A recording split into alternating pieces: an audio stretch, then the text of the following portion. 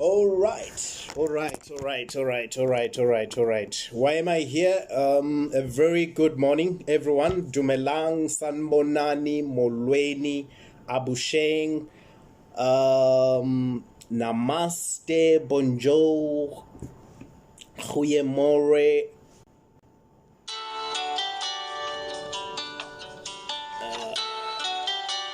Sorry about that. Just got distracted by a call. So, good people, I've decided to take some time off, just a few minutes, to be live. I'm gonna be hosting, guess who? Mike, the only Mike, the founder of Facebook. We're going to be talking about what is he going to do to try and assist us with some perhaps free internet data during this trying time. We're going to be on Facebook streaming live. We need as much support as we can possibly get out of this period without making any movements. So this is going to be our house as a nation. And I personally have taken, an initiative for the very first time to actually come and interact with all the lovely people out there that, I am friends with, people that I follow, that followed me back, people that, support our business, the Supply Chain Academy, or, it could be students, it could be corporate clients, it could be our public sector clients. So I'm really excited about this, in the midst of all trouble that we are currently going through. But I must say, yes, it's going to be an uphill battle. There's no doubt about that. It's going to be very difficult. But if anything, really, we need to be calm. We need to be bold. We need to have faith. We need to make sure that we are cautious and we do each and everything that we've been asked to do during the lockdown period, right? So I've got just three things that I want to talk about. So just three things. So then, after that, I may decide to extend the discussion tomorrow, next week. We still have a lot of time, right? So first things first. Now, by the way, I was joking about the internet data discussion, but wouldn't that be lovely to have free internet during this trying time? Why not? Why not? I mean, we've got a lot of people out there, not only Mike, by the way, even in our own country, that could actually assist. Well, not everybody, but anyway, I digress. So there's no free data. We're hoping that, our state president would actually include that in his pronouncement about the lockdown period. This is going to be very exciting. I'm a very optimistic individual. Those that know me, I don't want to really dwell on the negative side of things. So I really want to encourage everyone out there during this time to stay calm, to be positive, to hit the call, if anything, to hit the call by the president to stay where you are.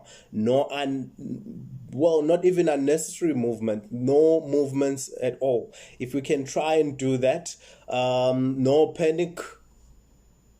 Let us just keep calm and be faithful, have faith that ultimately we are going to come out victorious out of this. So the three things that I wanted to talk about, the first one goes out to the entrepreneurs, right? So we all know we've got a lot of SMMEs in South Africa that are trying, to create jobs whilst also making a living for themselves. So for all the entrepreneurs out there, if there's anything that they need to do is to make sure that their clients and their businesses keep operating during this period. Now, guys, it's not the time to panic. It's not the time to hide, but it is time to fight. United, we can conquer this pandemic. So we need to fight indeed a good fight, have faith, be bold in everything that we are going to be doing. And so again, I think there's a lot that has been said around, how we can keep the businesses operating. Try a different platform like what I'm doing today. I don't normally do this, by the way. At the Supply Chain Academy, yes, we do train professionals. We do consulting for corporates and public sector. So we are used to, contact type of lessons, workshops, where we would go and facilitate different workshops in supply chain management and leadership type of workshops. Working with a lovely, passionate team of extensively experience, with extensive industry experience, trainers, lecturers, business coaches. So this is something that we're going to be trying for the very first time as a business as well. So we encourage entrepreneurs to try different means of actually getting, their business afloat, getting them operating in the midst of all trouble. We are going to definitely pass this trying period. So it's not going to be easy. I've already said that there's been a lot of talks around this issue from our government, from social media, from other companies as well that are going through the same. So that was my first point. Second point is for the corporates and the business, environment at large, including the public sector, specifically your operations type of teams, sales, engineering teams, production teams, finance, HR. Between today and tomorrow, if you haven't done this already, you need to have a solid plan as to how you're going to keep afloat, how you're going to be operational during this lockdown period, right? So if you haven't done that, yes, some may say that it's a little bit too late, but it is not all doom and gloom. There's still time. You can still come up with that plan, get your team together, try and see if you can come up with something. 2 days is may not be a lot of time, but if you know exactly how your operations are structured and what you need, what you're going to need, you can still make it work. So get those operational plans in place. Try and make sure that you are secured for the next, not the next 21 days only, but at the very least for the next, I would say 60 to 90 days, right? Just try and secure yourself. So your finance teams, they need to also make sure, I spoke about entrepreneurs already, they need to make sure that in terms of all the suppliers, they are paid, there's no outstanding invoices, not by month end, but before the end of this week, right? Get those approvals. If you need to make any, do any motivation, do that. So please, that is also going to assist everybody, the employees, those businesses, to be able to run for the couple of months. And for your HR people, they also need to make sure that they communicate with all teams, with all the employees, not to panic, but most importantly, to also make it clear as to what is going to happen in the next 21 days in terms of their salaries. How are they going to, work? Are they going to be working from home? Do they have the necessary tools to do so? How are they going to support them in doing that? And again, I'm talking about people that are forced to be in the lockdown, right? I'm not talking about those companies or, our public sector organizations and structures that are going to be operational during this period as announced by the president. So those people, so I've already covered finance, HR, and also, importantly, to highlight is also the issue around the outbreak at large as a society. So that's my point number 3. How are we going to approach this? Yes, as the saying goes, when the going gets tough, it's the tough that get going, right? So the next 21 days will be very difficult. We are going to be fitter, leaner, and we need to be ready to take over the world. Literally, to take over the world. We don't want to be at a position where, when all statistics are out there, or as and when we get the updates, to be seen as a country that is, increasingly getting more cases reported. So we need to be the least on that list. We need to minimize the number of cases by all means, right? So let us be bold. Let us have that kind of courage. Let us have faith. Let us be united more than ever before, right? So lastly, now it's really not the time to be sorry for ourselves, to panic, and to start speculating what is going to happen. And we've already seen a lot of crazy things happening out there. So we really don't want to do that. So let us make sure that we do everything in our power to minimize the spread of this virus, right? So, good people, those are the 3 points that I wanted to cover for today. And yeah, I hope everyone is not going to start doing, unnecessary traveling. I know that, we all want to be with our families. We want to be with our parents. We want to be with our kids, cousins, brothers and sisters. But if anything, really, actually, one of the leaders that I respect have actually made a comment saying that, if anything, what is happening in our country at this time, at this desperate time, at this trying time, we are literally all being sent to exile. For the very first time, the citizens of South Africa are going to be sent to exile by force, by this coronavirus. But we're not going to sit here, talk about all the bad things and say it's all doom and gloom. What we need to be talking about, what are we going to do during this trying time? So if anything, for me, the next 21 days could be, something that you can look at it this way. We all have our bad habits.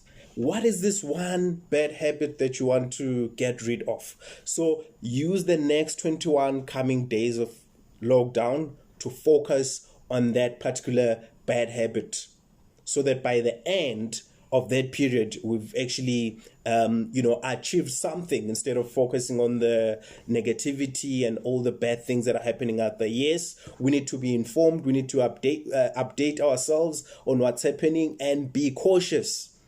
Sanitize make sure that those that are supposed to be wearing masks, they need to do that. Wear gloves. We all know, or those that may actually not be up to date. Actually, I've got my sanitizer here as we speak. Thank you to our client, Belinda Thomas. She's actually given us this. So we sanitize our hands. We make sure that we are safe, minimize unnecessary movements. And actually, don't even minimize unnecessary movement. Let us just refrain from traveling. I think we need to take this message seriously. So if you think about it, if we talk about going to exile for the first time as citizens, not just political leaders, we've had a lot of victorious moments. We've heard about all the good things, the great things that our political leaders have done, and those that were actually, by the way, not necessarily in politics, who were arrested, who lost their lives in that period of struggle. So right now, the kind of war that is before us in a form of the coronavirus requires all of us to put on a good fight, to be responsible, to be cautious, to sacrifice. It's not easy not to be with your family, especially in this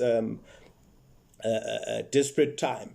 You want to be there to support them, but let's try and sacrifice, minimize unnecessary movements. Let's also make sure that in terms of visits, again, because some people may actually stay at home and not visit or not go anywhere, but they may actually ask people or get calls from people that want to come and visit. This is the time where you have all the rights to say no. There's no visits, and we're not talking about people that are like your friends. We're talking even family. You are exposing them to that risk of getting the virus. So you're not moving. Why allow other people to travel and come to you? So it's not only exposing them to risk, but you are also exposing yourself. It's even, for lack of a better word, we can't even call it being selfish. So if you are staying at home, stay at home. Don't allow other people to also come to you. So it's very bad, guys. The statistics are out there. I don't even want to talk about the statistics. We refer to these as cases, but these are people that have been infected. It's not just cases. We're talking about people.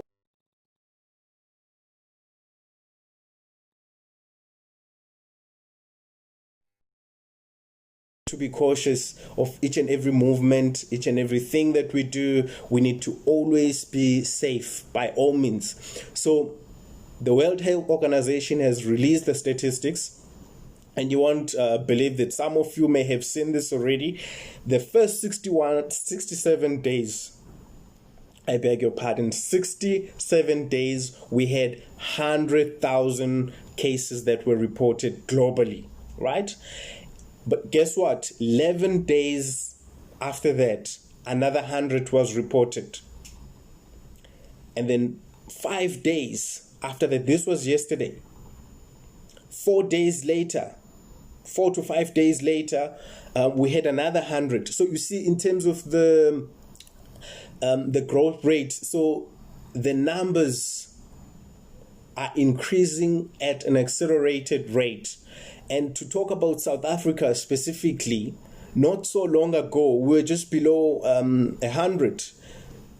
Right? Today, we are sitting at 709. So, guys, this is serious. It's no joke. It's no child's play. This thing is for real. And siyazi abantu bakithi abamnyama. Sometimes, one good thing about us is that we are not people that normally panic. So that's a good thing. We need to commend ourselves on that. And as South Africans at large, we're not people that get into that mode of anxiety and stressing. So let us stay calm. Let us be responsible. Let us do everything in our power to be safe. Let's heed the call by the state president, Cyril Ramaphosa, to stay home. Companies that are going to be operating during this period for whatever reason, whether remotely or, if you find yourself going to the office, please exercise the highest level of precautionary measures that have been provided. Be safe at all times. Ngiyanithanda ke bantu baseMzansi. With the love of God, we pray for our nation. We pray for peace. We pray for security. We pray for good health, and we pray that there's no loss of lives during this season. Siyabonga. Nibe nosuku oluhle and be safe.